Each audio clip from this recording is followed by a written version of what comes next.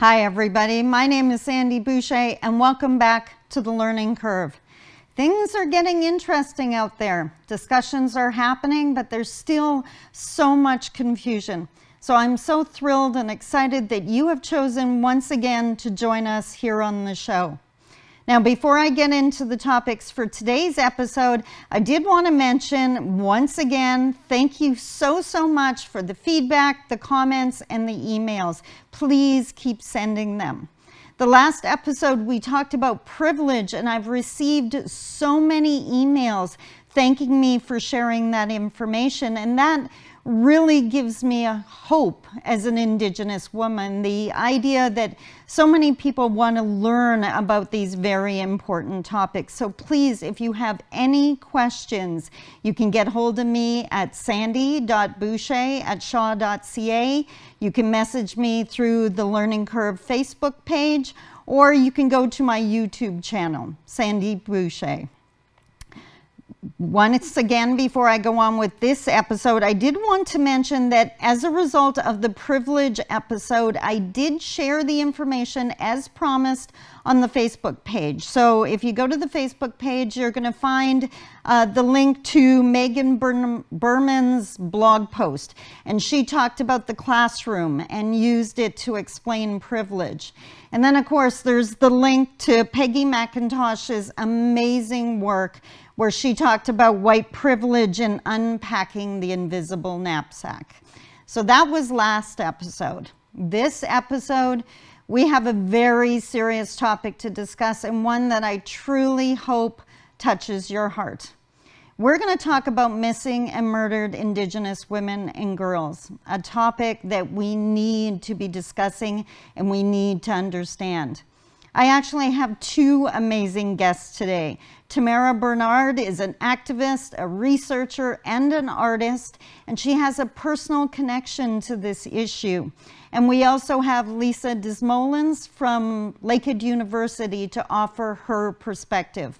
So as always, grab a coffee, head for your favorite chair, and join us as we once again together walk through the learning curve.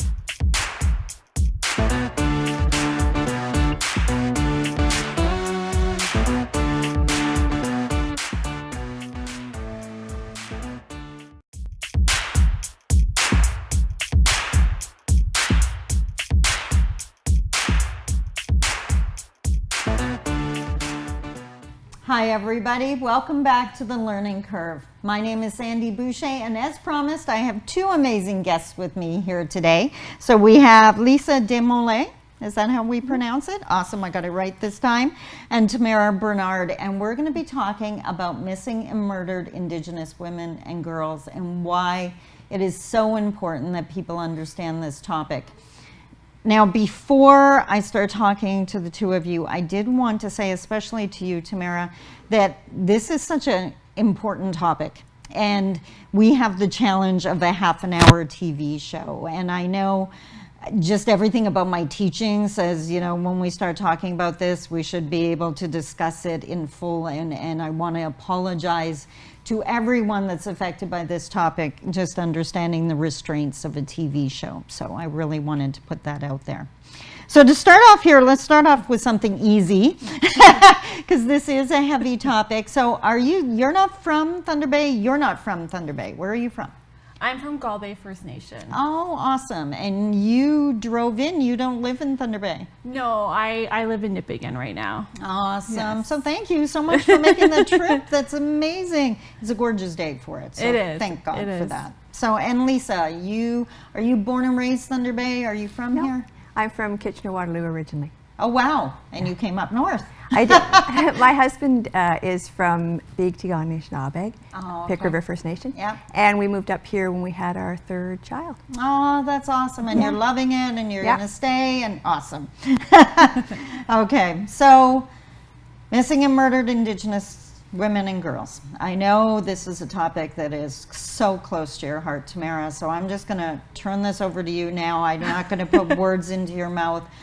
Explain to us why you're so dedicated to this topic, and give us an idea of the work you do. Okay, yeah. So I started doing this work probably in my early 20s, around there, my late teens, when I learned about this legacy of the murdered and missing in my family, where my great-grandmother, Jane Bernard, was taken from us in 1966 here in Thunder Bay, and to this date is still a cold case. And I became aware of the intergenerational impact of it due to the uncertainty of why. Like, why did this happen? And the mourning that continues to happen in my family because there's no closure that has been brought or justice. And in part of that, they're continuously triggered by the continuous reporting, you know, the journalism, the media, always, you know, and that is something that really awakened my perspective. Seeing my Nokomis, my grandmother, going through that because it's her mother who was taken, and seeing how my mom was like that and other people in my family. And so that's where I shifted really early in my life to learn to look at these women as more than murdered and missing, and to learn to ask beyond those questions of what happened from them to be taken, you know, and to honor who they are as a woman at whole. Wow, that's amazing. Yeah. And yeah, that just made me think of so many newscasts I've seen and those pictures that get flashed, and to think of it from the perspective of a family member or a loved one that's seeing those pictures over and over and getting, you know, re-traumatized by this. Wow. Absolutely. And that was kind of like where I started my advocating work about how we are more than murdered and missing, and, you know, to bring positive attributions of who we are as Indigenous women, and again, to break down those stereotypes and the culture of the murdered and missing, because we tend to focus that they're in British Columbia with relationship of runaways, sex works, and substance abuse, right? Yeah. So I hope by the work that I do, that which is also my research for my graduate work at Lakehead University, and my art installations I've done with CTV for CME and other work, I hope that it really shifts the audience and even the viewers today who are listening to really think about who are our women and what are they beyond these deaths that we continue to portray. Wow, that is powerful, right? I am so glad I turned it over to you. Okay, that's amazing. Leisa, how are you tied into this? What's your work or your scope? So I started much later than Tamara. In 2015, I took a class of graduate students to see the Walking with Our Sisters exhibit memorial when it was here in Thunder Bay. And it really stuck with me. And it stuck with me for a number of reasons. Certainly people are always taken by the artwork that's there, but it was the ceremony. And like Tamara, it was this idea of let's honor their lives. Right. Let's not honor the posters of the missing and those kinds of things. Let's honor who they were in life. And so I was quite intrigued by it. All of my students were quite intrigued by it. And I asked Walking with Our Sisters if I could do some research with their work on how they do the honoring, on the ceremony for the families, and all of the different aspects of this that are so different from what you would normally see in a museum, in an exhibit or a memorial. Right.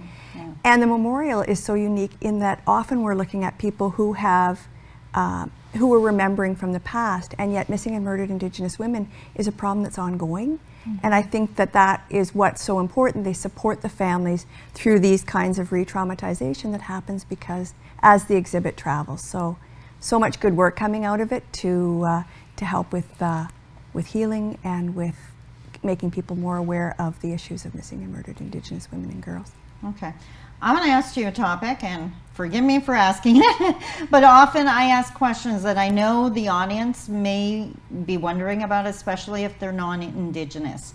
So why the focus on Indigenous women? Like, why not just all women shouldn't be missing or murdered? Like, why are we focusing on Indigenous women specifically?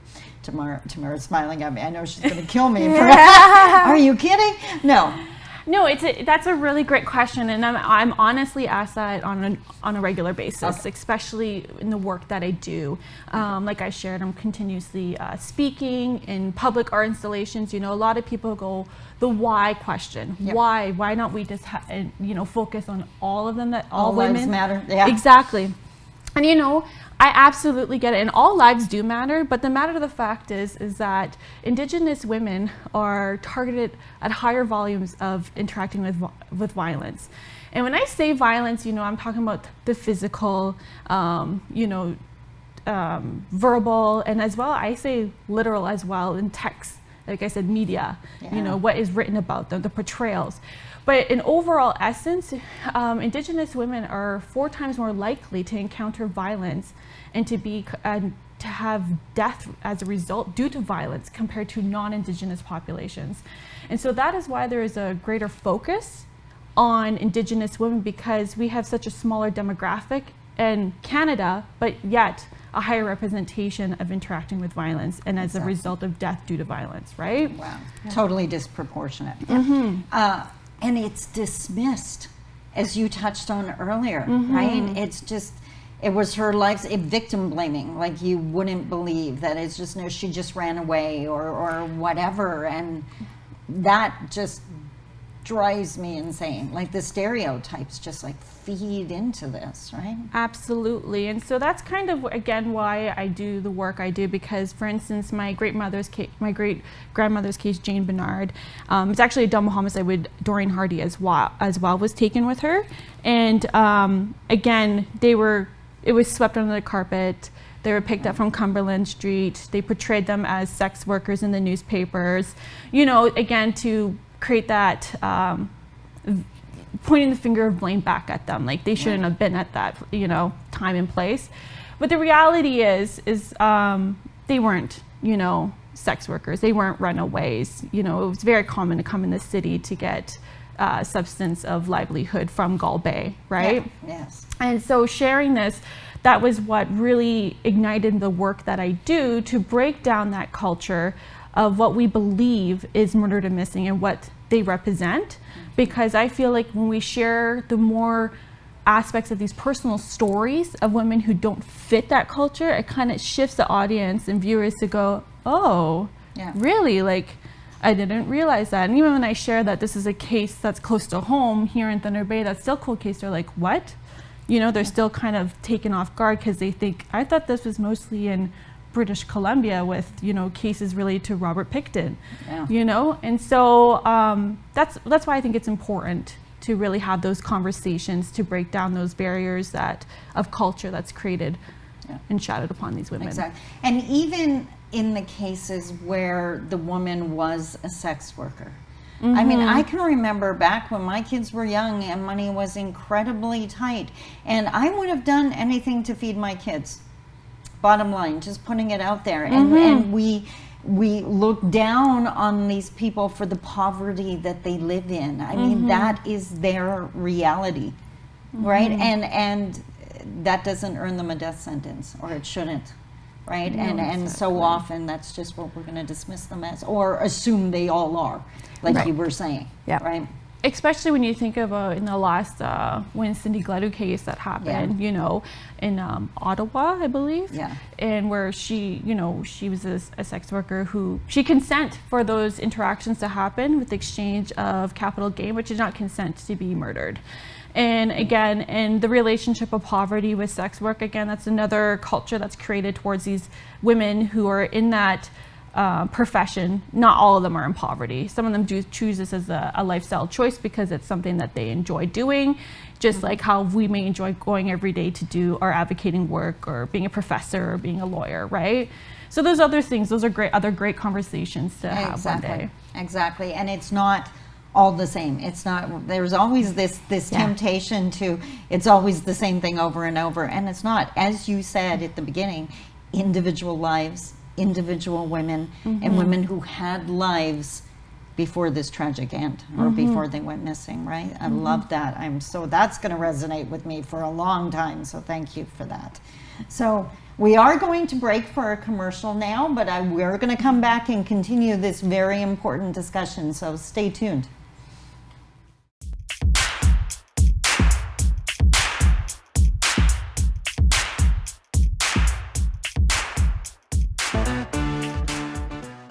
And we are back with Tamara and Leisa to discuss a very serious topic, topic, missing and murdered Indigenous women and girls.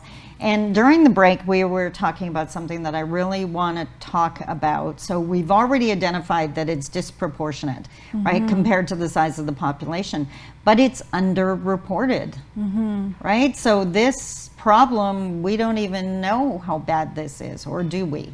I'm putting that in your court, guys. You're the experts. So, Leisa, did you want to comment to that? Or? Officially, I think that we rely on the RCMP data that came out, although really we don't have a good sense because they may be underreported because of whether or not it gets investigated. There's a lot of reasons why we don't have a good sense, other than to know that certainly Indigenous women are overrepresented in terms of violence. Exactly, and that brings us to the whole topic of the challenges between Indigenous people and the relationship with police services, right? Because, and this is just, it's snowballing, right? If you don't believe that they're going to help you, then you don't report, and every time they don't help because they didn't report, it's just getting worse and worse and worse, right? It's definitely something that needs to be resolved. Absolutely. I have no idea how we would resolve that, but it's definitely something that needs to happen. Absolutely. Right. And there's also, in relationship to that, is the discrepancy of protocol, how to respond from all authorities, right? Yeah. There's not a protocol across our nation that they all follow, you know, especially when it comes to identification purposes. Wow, okay, I didn't realize that, okay. Yeah, so there's a lot of gaps within why the data that we need to know what is the representation, as in statistic, of our murdered and missing Indigenous women is. Okay. It's so ambiguous. Like, it's to this day we don't know because of so many layers. Yeah, and out of curiosity, is jurisdiction playing into that? Is that part of the problem, that we don't know who's responsible as far as police services, or no? Because I know when we get into, is it in Indigenous police services, is it mainstream, there's always that gray area. Do you want me? Dare I say it? Yes. Okay. Just from what I have reviewed myself within literature and conversations I've had with many survivors and family members, that there tends to be this communication gap with, like, RSMP, with local authorities to our Anishinaabe or Indigenous authorities as well. And when there is that gap, because it's not building allyship, you know, that common goal to find, you know, or there's data they don't find important, that's getting swept by one authority that should have been brought. So again, it comes to the discrepancy of protocol. It all really ties down to. And so, yeah. And sad but true. I wish I could say that surprises me, but it doesn't. And doing this show and talking with so many different people about so many different topics, it amazes me how often it comes down to a problem with some system or lack of system.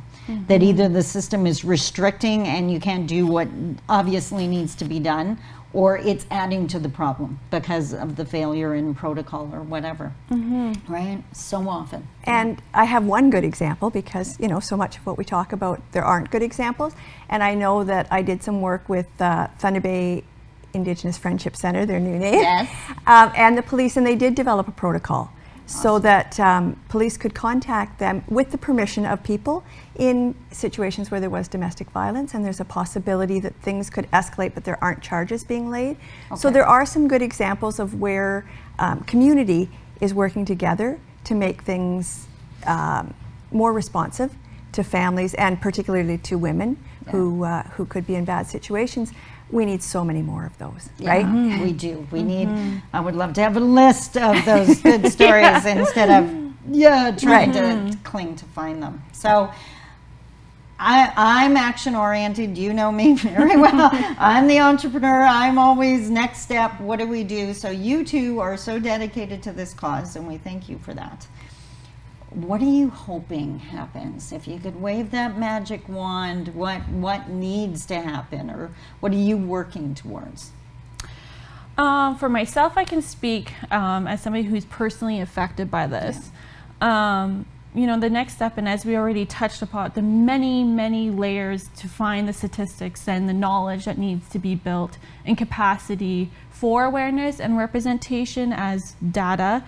I feel like as somebody who's personally affected, that is really important, but also what's even more important, as shared previously, is to look at these women's lives as a whole, and to think beyond their deaths, because as a family member and working with other women and families, when we write about these stories of our women beyond their death, it brings not only ourselves to heal, but the women who are survivors and the community as well.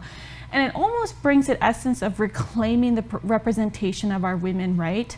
We then represent them as, this is who they were. They are water keepers, you know, they were artists and full of traditional knowledge, and teachers, and, you know, water protectors. And it's one of those things where we need to bring that back, you know, and it's part of that process. While we reclaim and rewrite that story of our women, we're also igniting our future generations by learning through those stories. Exactly, and I love that. That is so powerful. I am so glad I asked you to be a guest on the show, because just listening to you, it takes one instant. Like, don't let those people be defined by one instance when they had so much. And I can just imagine, as the daughter or granddaughter, yes, I want to hear everything my grandmother was, or my great-grandmother was, or my mom or my sister, not just some horrific end because of someone else's actions. I want to celebrate who she was, because that reminds me of all I can be, right? Exactly. Yeah. And that's exactly what my intention is for everything that I do, in a good way. And that was my TED Talk for We Are More Than Murdered and Missing, to portray as well, and to hopefully, again, igniting the audience to kind of shift their lens and perspective a little bit, to really look at our women in a new way. Awesome. I'm going to be asked, so who was she on a regular basis now? I can see me getting really annoying about this one. So thank you for that. And Leisa, your work, what are you working towards? I think that for me, some of my participants have told me that it's in the doing. Honoring is in the doing. So whatever it is that you choose to do, then it has to be something that you actually do. So I volunteer with Walking with Our Sisters. Nice. I do research so that I can better understand issues, so I can get that out to different audiences. But I think that that's the big takeaway for me, is that you have to do something. Even the initiative that, however small, that I help to facilitate between the police and Thunder Bay Indigenous Friendship Center, you just have to do. Yeah. And if all of us start doing, then things will start to change and happen. And that's a common theme that keeps coming up in this show. That goes back to our very first episode with Jana Ray Yerxa, when she talked about allyship, and it's not a business card, it's not a title, it's action based. It's what you do. Now, before we end here, we have talked about Walking with Our Sisters a few times, and just for the people in the audience who aren't aware of what that is, did one of you want to give a brief synopsis of what Walking with Our Sisters is? Walking with Our Sisters was started by Christy Balcour, and she's part of a national collective that is doing, they have an exhibit memorial. They display vamps that people made by caring others who sent them in, and that is the exhibit. That is the display. They also use ceremony to honor families, and it's a touring exhibit memorial that's going around across North America. There were 2 places in the States, and it's an opportunity to actually walk with the sisters. So when you go through the display, you are walking with them. Wow. And powerful. It's a way of honoring. Yeah, exactly. That display is still traveling? It will continue, I believe, until 2019. Okay, so I'm wondering, if you Google Walking with Our Sisters, you should be able to find out where it is next, if someone wants to travel and go see this. They have an active website. You can also, if you're not going to be able to get there, be able to see videos and different vignettes of places that it's been. Wow, that's amazing, powerful. Thank you so much, and thank you, Tamara. Like, every time I get to chat with you, it's such a joy, and you brought such perspective and such power and such clarity to this topic, and I think that was absolutely needed. So you did a great job. Thank you very much. And Leisa, thank you for adding your perspective and doing by coming out here today. So that was absolutely amazing. Thank you. So as always, those of you in the audience, we're encouraging you to have those conversations, to use the information you use today to challenge maybe something that's being said in that coffee shop or you've overheard at school or on the bus, to dare to ask the questions. And when there is a display or an event, come out, show your support. You don't need to take over the event, but being a good ally means you're there in spirit, in body, showing that you actually do care. And that's what walking through the learning curve is all about. Thank you again for joining us today and for taking the time to listen and learn. You give me hope every single time you turn into this TV program. So thank you, and we'll see you next time. Bye-bye.